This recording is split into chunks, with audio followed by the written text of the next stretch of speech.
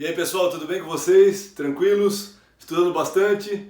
Então nós temos já 5 vídeos na nossa série de inquérito policial. Esse vai ser o vídeo número 6 da nossa série Inquérito Policial. No vídeo 5 da playlist Inquérito Policial nós terminamos falando do prazo do inquérito policial.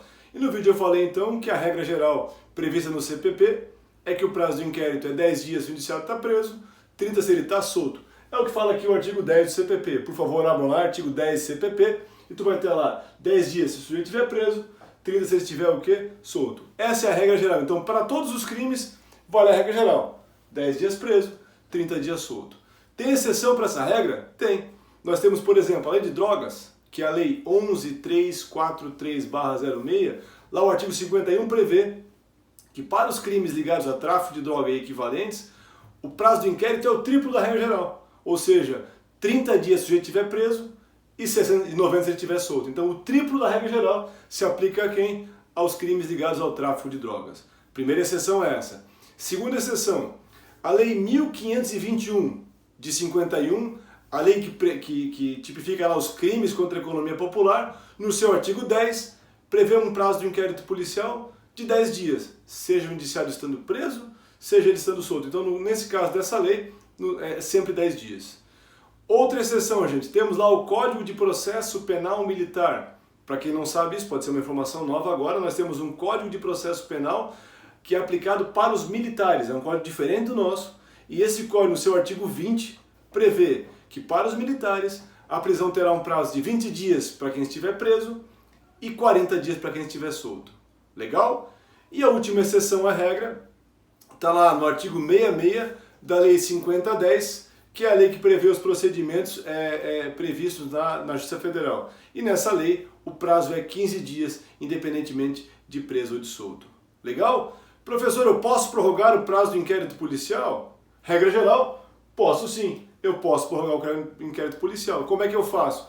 É muito fácil. O delegado, não terminando o inquérito no prazo então de 30 dias, ele pode pedir ao juiz a prorrogação desse prazo. Ele manda então o inquérito policial e um ofício para o juiz então pede um parecer do Ministério Público.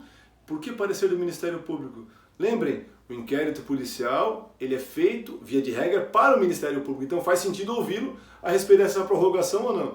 Aí o Ministério Público dá o parecer, o inquérito volta e o delegado então continua investigando. Então é possível prorrogar? Via de regra sim, e claro, só no caso de indiciado solto. O pacote anticrime, gente, essa lei que foi aprovada agora no final do ano 2019 e entrou em vigor agora em janeiro desse ano, ela prevê uma questão diferente. Lá no seu artigo 3º, letra B, deixa eu botar para vocês aqui o artigo 3º, letra B, rapidamente aqui. Vamos lá, artigo 3º, opa, só um minutinho. Estamos aprendendo aqui ao vivo, gente, fazer o vídeo aqui tá difícil. Artigo 3º, letra B, parágrafo 2º, deixa eu achar ele aqui, parágrafo 2º, tá aqui, ó, aqui está ele aqui, ó. Olha só, ele prevê aqui, ó, no parágrafo 2º, então, do artigo 3º, letra B, parágrafo 2º, da reforma que entrou no código agora em janeiro, então quem tiver o código impresso não vai ter, tem que olhar na internet, por favor, tá, gente? Ele prevê, então, que o juiz das garantias pode, a pedido, prorrogar a prisão, o inquérito policial no caso de réu preso, de indiciado preso, desculpem, por mais 15 dias. Só que esse dispositivo aqui ele está suspenso por aquela decisão do ministro Fux, que suspendeu vários artigos então do Código de Processo Penal dessa reforma que aconteceu. Então, no atual momento, isso aqui não vale. Então, até que o Supremo julgue essa questão, isso aqui está suspenso, não vale. Então, em tese, eu não posso prorrogar o inquérito policial com base no Código de Processo Penal, estando o sujeito, então, preso. Bacana?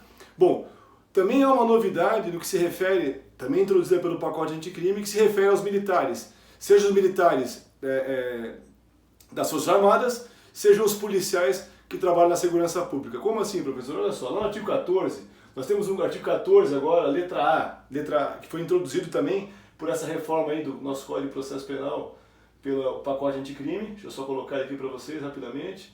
Aqui está, ó. Opa, aqui, ó. O 14, gente, ele prevê o seguinte, o 14, letra A, é novidade também, se forem procurar no código impresso não vão achar, tem que verificar onde, no código que está na internet, tá, gente? Então o 14, letra A, ele prevê lá o seguinte, para duas situações. Primeira situação, funcionários da segurança pública. Quem são essas pessoas? Olhem, por favor, a Constituição Federal, artigo 144. Essas pessoas são abrangidas pelo 14, letra A. E quem mais? Os militares federais. Constituição Federal de novo, artigo 142 da Constituição Federal. Os militares federais, Exército, Marinha Aeronáutica, só entram aqui no caso das chamadas operações de lei e ordem. Desculpa, de garantia da lei e da ordem. O que é isso? Lembram que quando no final do governo, no meio do governo do presidente Temer, os militares eles fizeram uma intervenção no Rio de Janeiro? Essa intervenção foi autorizada por decreto presidencial e esse decreto vem com base no quê? Nessa ideia de lei de ordem. Então, nesse tipo de operação equivale ao artigo 14, letra A, para os militares federais. Bacana? E qual é a alteração que houve, gente? Bom, se houver o emprego de força letal e alguém morrer vítima dessa operação ou houver uma tentativa de homicídio nesse caso, e se abrir inquérito policial para investigar essa questão, esses servidores terão direito ao quê? 48 horas após a abertura de um inquérito policial para juntar um defensor ao procedimento, que vai acompanhar o procedimento para eles. Se eles não fizerem isso, a força que eles fazem parte, sei lá, polícia, exército, polícia civil, federal, tanto faz, terá que prover para ele então esse advogado. É o que está aqui no nosso parágrafo aqui, segundo. Então o parágrafo primeiro fala que ele pode arrumar o seu advogado, se ele não fizer no prazo de 48 horas, a instituição que ele faz parte vai ter que pagar o advogado para ele, para poder defendê-lo nesse caso. Legal? Mas só nos casos, então, em que há emprego de força letal. Bacana? Bom, então, já sabemos o inquérito policial, o que ele é, quem faz o inquérito, as características, como é que ele começa, quais são as diligências, quais são os prazos, essa alteração aí dada por essa lei, pelos pacotes de crime. E aí, como é que eu termino o inquérito, professor? É bem fácil. Voltamos ao artigo 10 lá do Código, que vai dizer lá nos seus parágrafos como é que termina o inquérito policial. Está lá no artigo 10, lá, ó, veja aqui, ó. O artigo 10, parágrafo 1º, fala o quê? Que o delegado ele faz um relatório para terminar o inquérito policial. E o que é um relatório? É explicar o que ele investigou, como ele fez e o que ele não fez também vai entrar nesse relatório. Vejam, no relatório não se bota conclusões, porque não, relatório ele apenas relata, não conclui. Não há por que o delegado concluir alguma coisa, porque ele não vincula o promotor. Lembrem sempre disso. O delegado pode indiciar alguém e colocar no relatório que essa pessoa, na visão dele, seria o culpado pela infração penal, e mesmo assim o promotor pode, inclusive, se achar que é o caso, nem abrir o processo criminal. Então, por isso que o relatório simplesmente faz o quê? Relata as informações, não concluindo nada, certo? Anexado o relatório ao inquérito, ele é mandado para onde? Para o fórum. É entregue ao juiz, via de regra, claro, que manda ao Ministério Público. Exceção importante: nos crimes de ação penal privada e só neles, uma vez terminado o inquérito policial, ele é entregue ao juiz que vai intimar o advogado da vítima para que, se quiser, tome providências. Legal? Bom, como é que funciona o arquivamento do inquérito policial, gente? Temos um probleminha aqui agora também criado por quem? Por essa questão do pacote anticrime e pela decisão do ministro Fux. Como assim? Por favor, gente, eu peço que vocês façam um esforcinho agora um pouquinho maior, assim. Quem puder fazer isso vai ser bem legal. Abram o Código de Processo Penal, quem tiver o código físico, sabe assim, aquele impresso assim, porque ele vai estar com a redação que nos interessa agora. E abram ao mesmo tempo, eu sei que isso é difícil pedir, porque demanda até essa organização, abram ao mesmo tempo na internet também o código. Por quê? O artigo 28, no artigo 28, tá, gente? O artigo 28, deixa eu só colocar aqui para vocês, só um segundinho. O artigo 28 aqui, ó, olha só, ele foi alterado aqui, ó, pelo pacote anticrime. Então a alteração aconteceu no final do ano passado e entrou em vigor esse ano agora, certo? Por que eu pedi para abrir no código em papel e no código da internet? Porque vejam só, esse dispositivo aqui também está suspenso por decisão do ministro Fux. Então ele está no código, só que ele não está vigindo, ele não tem vigência porque está suspenso pelo ministro Fux. Portanto, está em vigor o que ainda? A redação original do artigo 28.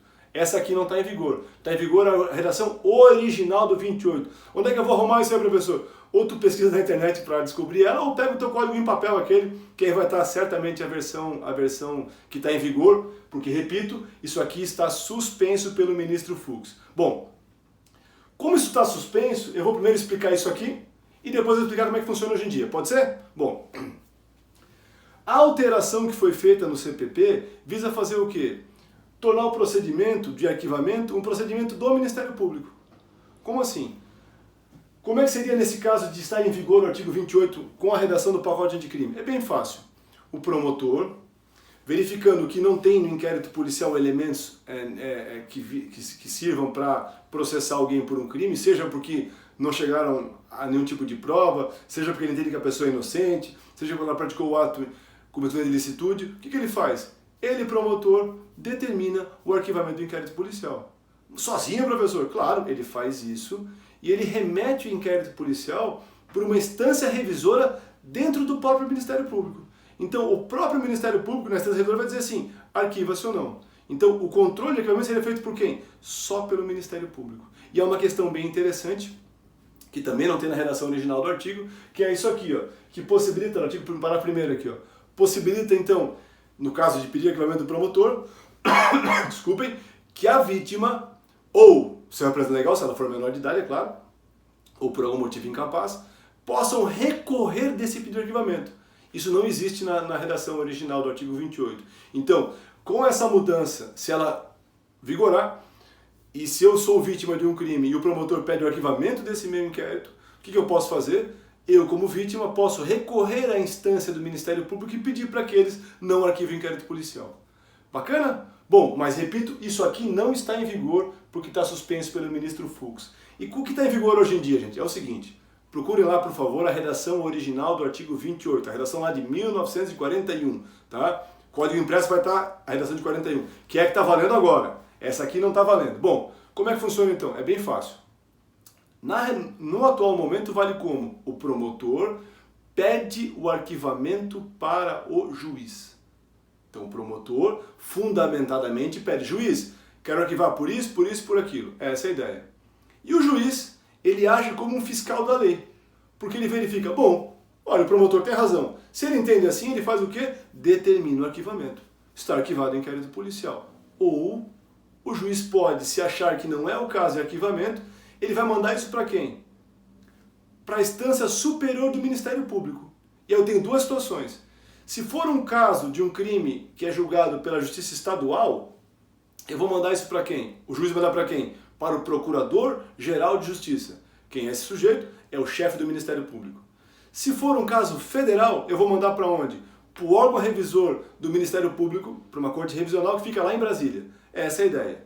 Tá? Lá. Então, enquanto no estadual é o Procurador-Geral de Justiça, no Ministério Público é um conjunto de procuradores que vão verificar essa questão, se mantém ou não o arquivamento. E o interessante é o seguinte, na verdade a palavra final é do Ministério Público. E por quê? Porque o Procurador-Geral, ele tem dois caminhos. Isso vale também para o Ministério Federal, tá? Dois caminhos. Quais são? Primeiro, concordar com o juiz. E aí eles fazem o quê? Eles mesmos oferecem a denúncia ou nomeiam outro promotor para oferecer a denúncia. Muito cuidado, esse outro promotor nomeado não pode se recusar a fazer a denúncia. Por quê? Porque não age em nome próprio, age sim em nome do Procurador-Geral. Bacana? Ou o Procurador-Geral pode ele mesmo fazer a denúncia, coisa que ele não vai fazer porque ele tem outras atribuições mais urgentes em relação ao órgão do Ministério Público, ou pode o Procurador-Geral concordar com o juiz. Se ele concorda com o juiz, se ele discordar do juiz e pedir o arquivamento e mandar arquivar, o juiz é obrigado a arquivar. Então não tem saída, o juiz é obrigado a arquivar. Então veja que interessante, mesmo com a redação original do 28, a palavra final é do Ministério Público. Porque se o Procurador-Geral de Justiça ou o órgão revisor do Ministério Público Federal falarem que é caso de arquivamento, o juiz é obrigado a arquivar. Ele não tem nenhum tipo de saída. Então não faz sentido manter o 28 na redação original. Essa alteração aqui deve entrar em vigor porque ela é muito mais, mais coerente com a questão prática. Legal, gente? Bom, para acabar, e o inquérito policial arquivado, ele pode ser reaberto? Pode, gente. Olhem lá, por favor, o artigo 18. Só que existe uma questão importante aí, gente. Olha só o artigo 18. Olha aqui, ó. Diz aqui, ó. Só pode, artigo 18, tá? Só pode desarquivar o inquérito quando? Quando tiver novas provas. E o que são novas provas? São provas que eu não conhecia quando o inquérito foi arquivado. Isso é bem importante, hein? Tem que ser uma prova nova. Se eu já conhecia a prova, ela não pode servir para desarquivar o inquérito policial. Bacana, gente? Todo mundo entendeu qual é a ideia? Então, assim, existem hipóteses que o inquérito não pode ser desarquivado? Existem. Mas eu vou falar delas na próxima aula para não ficar muito longo esse nosso vídeo aqui. Legal? Por favor, gente, participem, mandem comentários, mandem perguntas, seja pelo canal, seja pelo Instagram, @RodrigoViledaVeiga, ou pelo WhatsApp, ou como quiser, gente. Estou à disposição de vocês, tá? Um grande abraço a todos, tudo de bom e vamos estudar bastante aí. Abraço, pessoal, valeu!